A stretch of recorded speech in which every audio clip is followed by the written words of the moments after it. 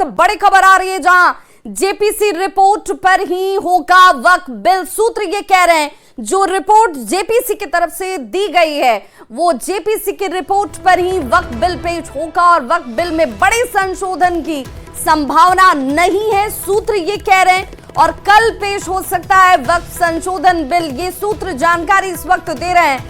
तो उम्मीद जिस बात की जा रही थी कि जो जेपीसी की रिपोर्ट है उस रिपोर्ट के अनुरूप ही ये वक्फ संशोधन बिल जो है वो पेश किया जाएगा। तो सूत्र ये कहते हैं कि बिल्कुल जेपीसी की रिपोर्ट के अनुरूप ही ये बिल होगा, कोई बड़े संशोधन की संभावना न के बराबर नजर आती है। और कल पेश हो सकता है ये वक्फ संशोधन बिल, जिस पर इस वक्त सियासत जो है बेहद गरमाई हुई।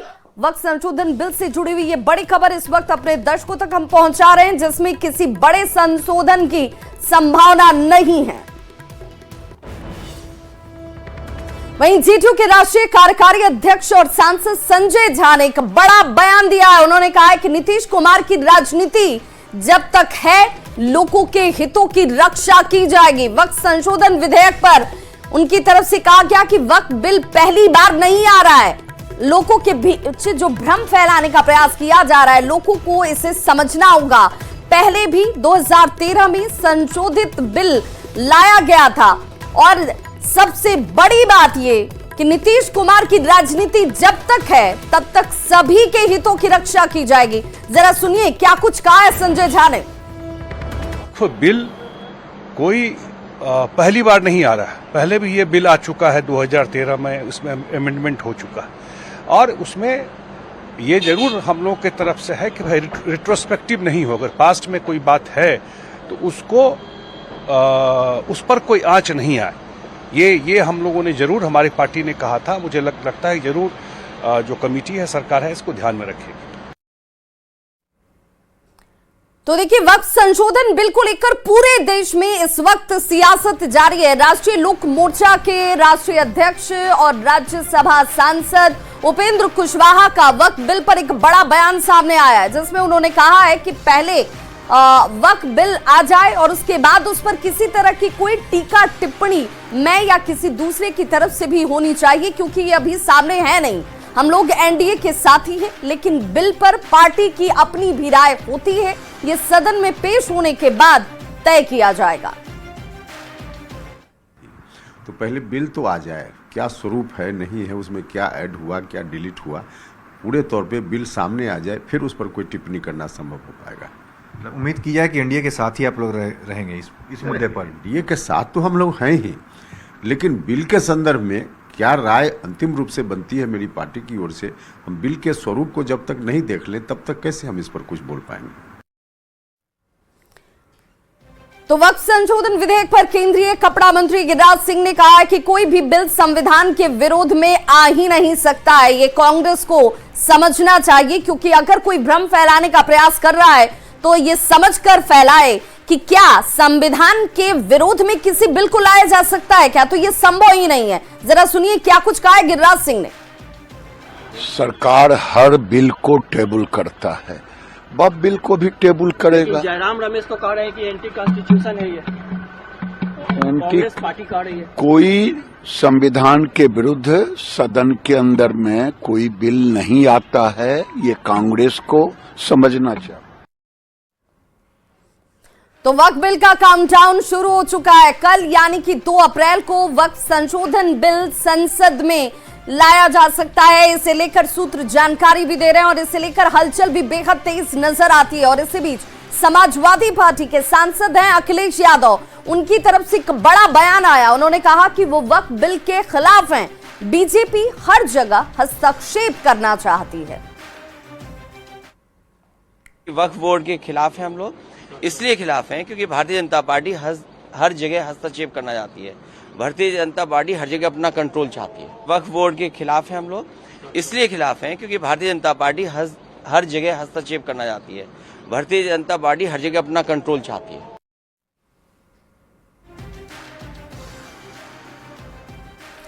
तो वहीं वक्फ बोर्ड पर उत्तर प्रदेश के मुख्यमंत्री योगी आदित्यनाथ की तरफ से भी एक बड़ा बयान सामने आया। उन्होंने वक्फ बिल के विरोधियों पर करारा हमला करते हुए उन्हें जवाब दिया है। वक्फ बिल पर योगी आदित्यनाथ की तरफ से जवाब दिया क्या? वक्फ निजी स्वार्थ का केंद्र बन चुका है। योगी आदित्यनाथ ने कहा कि ये वक्फ जिसकी चर्चा इस वक्त की जा रही है वो निजी स्वार्थ का केंद्र बना हुआ है। क्या वक्फ ने मुस्लिमों के कल्याण का कोई काम किया है? हर अच्छे काम की आलोचना होती है, सुधार समय की मांग है और हर सुधार का विरोध होता है। हर अच्छे कार्य का विरोध होता है। वैसे ही वक्फ संशोधन विधेयक पर भी ये हो हल्ला हो रहा है। लेकिन मैं कहता हूं जो हो हल्ला कर रहे हैं इनसे पूछना चाहता हूं कि इन्होंने कोई ऐसा काम वक्फ बोर्ड के माध्यम से किया हो जो वेलफेयर का हो। छोड़िए, सब समाज की बात छोड़िए, मुस्लिम समाज का ही कोई कल्याण किया हो उस प्रॉपर्टी का।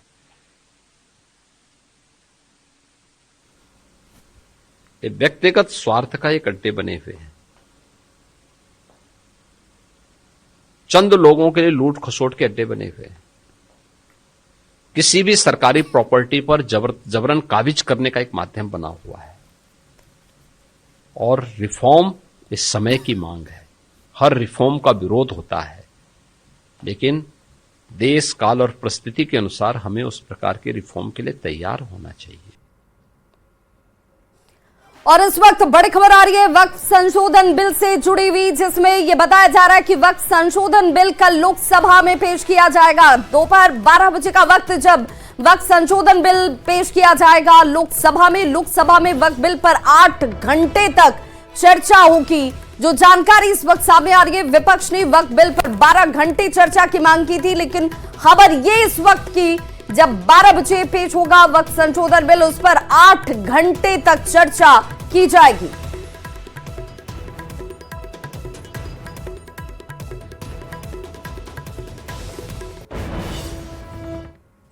तो एनडीए के घटक दल ये दावा कर रहे हैं कि 2025 में एक बार फिर से नीतीश, लेकिन आरजेडी कह रही है कि 2025 में नीतीश फिनिश हो जाएंगे। न्यूज 18 से खास बातचीत में शक्ति सिंह यादव ने कहा कि सत्ता पक्ष के लोग तेजस्वी की नहीं अपनी चिंता करें। पर आपने सुना था ना, बड़ी प्रोजेक्ट भी बीजेपी के साथ साथ नारा लगा रहा था 400 पार। क्या हासिल हुआ? बिहार में तो नीतीश हो गए हैं फिनिश। भाजपा जदयू राजनीतिक कितनों लगाए मोबाइल ग्रेस, लेकिन 2025 के पहले ही हो गए नीतीश फिनिश। अब इसके पीछे भी कारण माननीय मुख्यमंत्री नीतीश कुमार जी ने अपनी हरकतों से, अपनी अचेतता के कारण पीपुल डोमेन में ये बातें स्पष्ट कर दी है कि अब नीतीश के हाथ बिहार महफूज नहीं है, सुरक्षित नहीं है। 14 करोड़ बिहार वासियों का भविष्य। तो वहीं शिवहर के पूर्व सांसद है आनंद मोहन, उन्होंने तेजस्वी यादव पर जमकर निशाना साधा है। उन्होंने कहा कि तेजस्वी पहले ये तय कर लें कि आरजेडी में आखिर चलती किसकी है। शिवहर से जिस तरीके से उनकी तरफ से ये बड़ा बयान आया, आनंद मोहन ये कहते नजर आए कि एक तरफ लालू प्रसाद नीतीश कुमार के लिए दरवाजा खोलने की बात कह रहे हैं, तो वहीं दूसरी तरफ तेजस्वी सीएम को बीमार बता रहे हैं। से अहंकारपूर्ण बात करें, लोकतंत्र इसकी इजाजत नहीं देता। इसका तो बल्कि नुकसान हो जाएगा, खामियाजा भोगना पड़ेगा। पब्लिक समझेगी कि अरे ये तो खुद से फैसला ले रहा है कि हमारा बेटा मुख्यमंत्री होगा। तो ये अच्छी भाषा, लोकतंत्र के हित में ये भाषा नहीं। और हमारे साथ आरजेडी के मुख्य प्रवक्ता शक्ति यादव जी जुड़ चुके हैं। शक्ति यादव जी, बहुत स्वागत है आपका। आनंद मोहन पूछ रहे हैं कि पहले तो जरा ये बताइए कि आरजेडी में चलती किसकी है, लालू प्रसाद की बात सुनी जाएगी या तेजस्वी यादव की बात सुनी जाएगी? संदर्भ तो स्पष्ट है। जो व्यक्ति के बाइट पर आप फोनो ले रहे हैं, वो व्यक्ति अपनी बीवी और अपना बेटा के बारे में सोच रहा है, और वो व्यक्ति पॉलिटिकल ज्ञान दे रहा है, जिसके बारे में सब कुछ पीपुल डोमेन में ऑलरेडी स्पष्ट है, सब लोग जानते हैं। अब वो भी नसीहत दे रहा है। आपने कहा कि हमारी पार्टी कलेक्टिव रिस्पॉन्सिबिलिटी है, और पार्टी संगठन का जो निर्णय होता है, उन निर्णयों के आलोक में ही बातें खुल करके आती है। नीतीश कुमार जी के संदर्भ में जब साफ साफ हम लोगों ने कहा कि माननीय नीतीश कुमार जी 2025 के पहले ही फिनिश हो चुके हैं, अब वो उनकी देह की भाषा वो अचेत हैं। अब तो यहाँ तक मामला आ गया है कि अमित शाह जी कान में बोल रहे थे, करने मार्ग में निकलते निकलते कि दवा फायदा कर रहा है। शक्ति जी, लेकिन ये सवाल इसलिए आया, शक्ति जी ये सवाल इसलिए आया क्योंकि लालू प्रसाद कई मौकों पर ये कह चुके हैं कि नीतीश जी इंडिया गठबंधन की तरफ आ जाएं, नीतीश जी आते हैं तो बेहतर है, उन्हें समझ में आ जाए तो बेहतर है। और दूसरी तरफ तेजस्वी यादव कहते हैं कि भाई वो बीमार हो चुके हैं, आप खुद कह रहे हैं कि वो अचेत हैं, बिहार की जनता को संभालना उनके बस की बात नहीं है। तो पार्टी के अंदर दो प्रमुख चेहरे, दो प्रमुख दायित्व के लोग और उन्हीं की तरफ से दो अलग अलग बयान आ रहे हैं। कौन है एलओपी, कौन है बिहार के अंदर में? तेजस्वी यादव जी है, आदरणीय लालू प्रसाद, यानी लालू जी की बात का कोई मतलब नहीं। जो बयान दिया था वो बयान उन्होंने इसलिए दिया था कि जब पत्रकार लोग तंग करने लगे तो कहे कि हमारे यहाँ कोई आएगा तो हम भगा देंगे। लालू जी दयावान है, सबको पता है, एक बार नहीं अनेक बार। लेकिन जेडीयू दावा कर रही है कि नीतीश में अब भी बहुत दम है और नीतीश के साथ के लिए तमाम पार्टियां जैसे पलक पावड़े बिछाए बैठी रहती हैं। ये आपने भी देखा है कि इससे पहले भी सियासत में चलने और चलाने के लिए नीतीश कितने जरूरी हैं, हमने देखा है, ये पहली बार तो है नहीं। तो आपने तो ऐसी कह दी कि सृष्टि का संचालन करने के लिए नीतीश जरूरी हो गए। हम लोगों ने भी 15 साल सत्ता बिहार। चलिए, जेडीयू प्रवक्ता अभिषेक जी भी जुड़ चुके हैं। शक्ति जी हमारे साथ बने रहिए। अभिषेक झा भी हमारे साथ जुड़ चुके हैं। अभिषेक, बहुत स्वागत।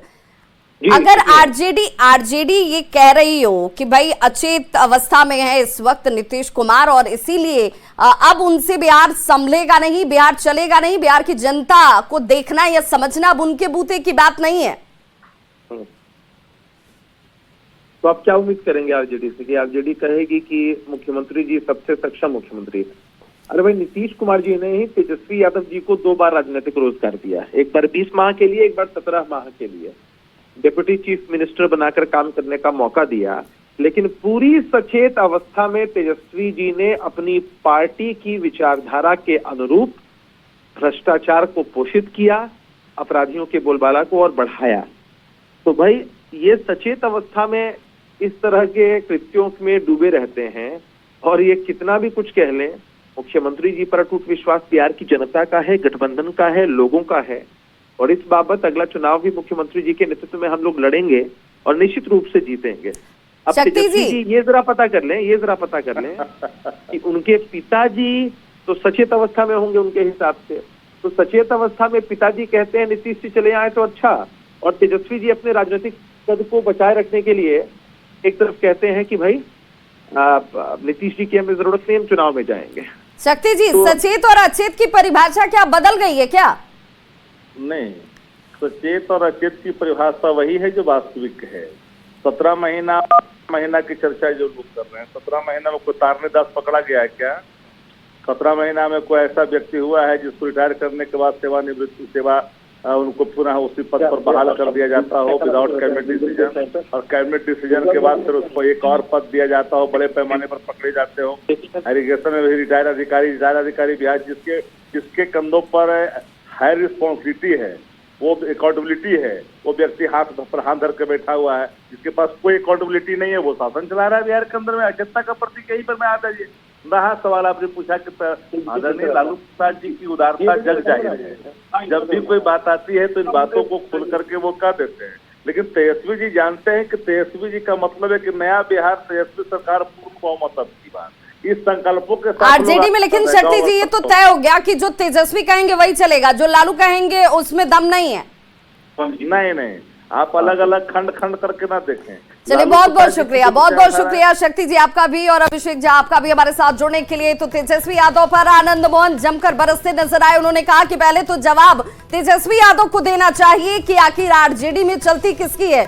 शक्ति यादव ये कह रहे हैं कि भाई तेजस्वी के नाम, तेजस्वी के साथ और सोच के हिसाब से बिहार की जनता उनके साथ खड़ी है। तो सवाल ये कि क्या लालू की अब नहीं चलती?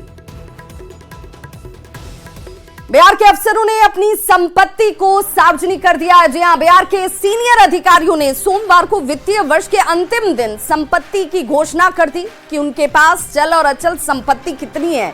मुख्य सचिव अमृतलाल मीणा समेत ज्यादातर अफसरों के पास निजी गाड़ी नहीं है, डीजीपी विनय कुमार निवेश करने में रुचि ही नहीं रखते हैं।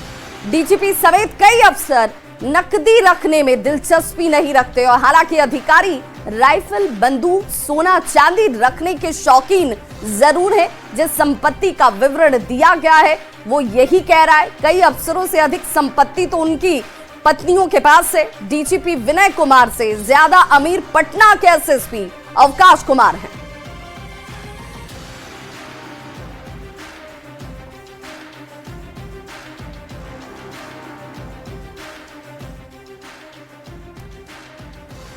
तो वित्तीय वर्ष के आखिरी दिन 31 मार्च को बिहार सरकार के तमाम अधिकारियों ने अपनी अपनी संपत्ति को सार्वजनिक कर दिया और अब इस पर सियासत भी शुरू हो चुकी है।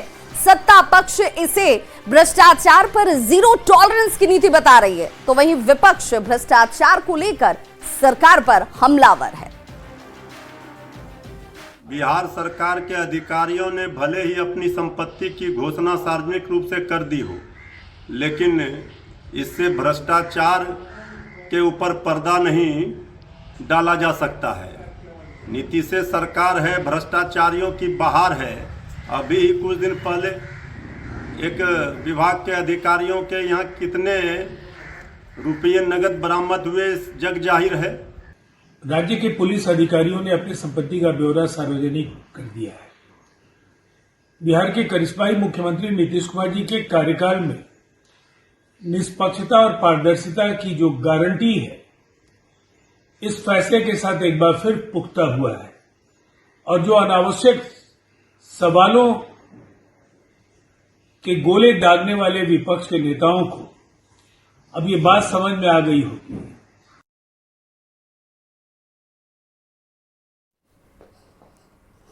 छात्र नेता दिलीप खान सर पर इस वक्त बड़ा हमला आरोपों के जरिए सामने आया, जिसमें उन्होंने छात्रों को गुमराह करने का आरोप लगाया। खान सर पर छात्रों के आंदोलन की राजनीतिकरण का आरोप भी शामिल है, जिसमें जानबूझकर सबूत नहीं दिया गया। ये दिलीप सीधे तौर पर जो छात्र नेता है उनका ये कहना है कि खान सर ने गुमराह कर दिया छात्रों को। आंदोलन के राजनीतिकरण का आरोप भी उनकी तरफ से लगाया गया। जानबूझकर सबूत नहीं दिए गए और इसीलिए जो पटना हाईकोर्ट है उसकी तरफ से जो फैसला आया वो छात्रों के हित में नहीं आ पाया और यही वजह है कि छात्र नेता दिलीप इस वक्त बड़ा और गंभीर आरोप खान सर पर लगा रहे हैं। 17वीं बीपीएससी री एग्जाम को लेकर लगातार गर्दनीबाग में आंदोलन हो रहा था छात्रों का। हम भी शुरू में उस आंदोलन में थे, लेकिन जिस तरह से खान सर ने आंदोलन का राजनीतिकरण किया, कोचिंग माफियाओं की एंट्री हो गई आंदोलन में, उससे छात्र आंदोलन बदनाम हो गया सरकार के नज़र में, आयोग के नज़र में। और पटना हाईकोर्ट ने भी कोचिंग शिक्षकों की भूमिका पर सख्त टिप्पणी की है और खान सर ने शुरू से ही बीपीएससी अभ्यर्थियों को गुमराह किया। पहले तो नॉर्मलाइजेशन के मामले पे गुमराह किया, ऑफिस में जाके गुप्त मीटिंग करते हैं और बोलते हैं नॉर्मलाइजेशन अच्छी चीज़ है, लागू होना चाहिए, और बाद में जब हम लोग आंदोलन करते हैं तो आंदोलन में आके कूदते हैं और डाइवर्ट करना चाहते हैं आंदोलन को। इसी तरह री एग्जाम के आंदोलन को भी इन्होंने डाइवर्ट किया, गुमराह किया छात्रों को। और जब आंदोलन सही दिशा में चल रहा था तो इन्होंने आंदोलन का राजनीतिकरण करवा दिया अपने कुछ एजेंट को भेजकर। और उसके बाद फरवरी में इन्होंने सब जगह चैनल पे जाके चिल्ला चिल्ला कर कहा कि हमारे पास ऐसा सबूत है कि 2 मिनट में जो है री एग्जाम हम करवा देंगे। और 1000 करोड़ के घोटाले का इन्होंने बात कहा कि 1000 करोड़ का इसमें स्कैम हुआ है और किस किस के अकाउंट में गया है पैसा, किस अधिकारी के अकाउंट में गया, किस अधिकारी की पत्नी के अकाउंट में गया, किस कंपनी के अकाउंट में गया, वो सारा डाटा इनके पास है। अगर री एग्जाम नहीं होता है तो ये सारा उजागर करेंगे। लेकिन अभी तक खान सर ने न तो कोर्ट में ये सबूत दिया, न ही आर्थिक अपराध इकाई को दिया, न ही मीडिया में ये सबूत दिया। अगर खान सर ये सबूत मीडिया में भी दिखा देते तो सरकार दबाव में आती और री एग्जाम हो जाता। और चलिए अब आपको खान सर का वो बयान भी सुनवाते हैं जिसमें उन्होंने अपने पास बीपीएससी के खिलाफ सबूत होने की बात कही थी। और री एग्जाम अगर नहीं कराएंगे लोग, री एग्जाम अगर नहीं कराएंगे तो हम तो पटना के ही रहने वाले हैं और हमें बहुत अच्छे से पता है क्या चीज कैसे होता है कि 1000 करोड़ किधर गया है। हमको कुछ नहीं करना है। हमारा ये ब्लैक बोर्ड केवल पढ़ाने के काम में नहीं आता है, कई बार ये डेटा भी दिखाने के काम में आएगा कि देखिए फलाना के अकाउंट में से इस अकाउंट में गया, यहां से कैश निकल के सी में गया और फिर डी की कंपनी में चला गया और यहां से जो एफ है ये किसकी पत्नी है, किस अधिकारी की, इनके अकाउंट में आ गया। नहीं समझ में आ गया? और इस भ्रम में कोई ना रहे कि अकाउंट में किसके कितना पैसा है, ये केवल आप ही देख सकते हैं। विश्वास नहीं होगा तो एक बार कहिएगा कि बताइए तो इसके अकाउंट में कितना पैसा है, बस अकाउंट नंबर दे दीजिएगा। खबर पटना से, जहां नमामि गंगे परियोजना का काम लोगों के लिए जी का जंजाल बन चुका है। राजीव नगर इलाके में कई जगहों पर बड़े बड़े गड्ढे खोद दिए गए। इन गड्ढों की वजह से आए दिन हादसे हो रहे हैं और आज एक साथ दो बड़ी घटनाएं सामने आ गई, जिसमें एक स्कूटी सवार खुले नाले में ही गिर गया। दूसरी घटना भी उसी जगह पर हुई जहां एक बाइक सवार इसी नाले में गिर जाता है। वहां लगे सरिया से उनकी आंखों में गंभीर चोट तक आ गई। घटना से लोगों में अब गहरी नाराजगी है। तस्वीरें इस वक्त आपके टीवी स्क्रीन पर ग्राउंड जीरो से, जहां पर देखिए कैसे ये स्कूटी सवार इस नाले में जाकर गिर गया। हालांकि गनीमत रही कि जान बच गई, लेकिन यह हादसे को आमंत्रण देती हुई तस्वीरें हैं, जहां आए दिन ऐसे हादसों की वजह से लोग अब इस पर नाराजगी जाहिर कर रहे हैं। सवाल ये कि सड़क के किनारे गड्ढे खोदकर क्यों छोड़ दिया गया? हादसे को दावत दे रहे हैं ये गड्ढे। सड़क के किनारे गड्ढे छोड़ने पर यह सवाल कि आखिर ऐसा क्यों है? हादसों के बाद भी इन गड्ढों को भरा क्यों नहीं गया? और क्या लापरवाह लोगों पर कार्रवाई होगी?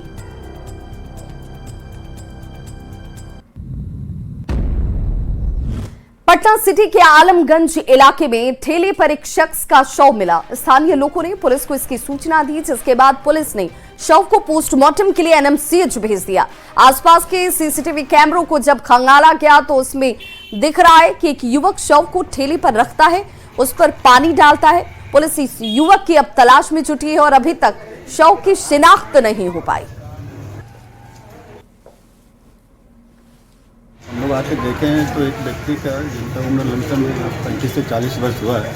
हम लोग सीसीटीवी भी देखे हैं, सीसीटीवी में दिख रहा है कि रात के करीब 10 बजे दो व्यक्ति एक मतलब डगमगाते हुए यहाँ पे पहुँचे हैं और उसको यहाँ पे छोड़ के चले गए।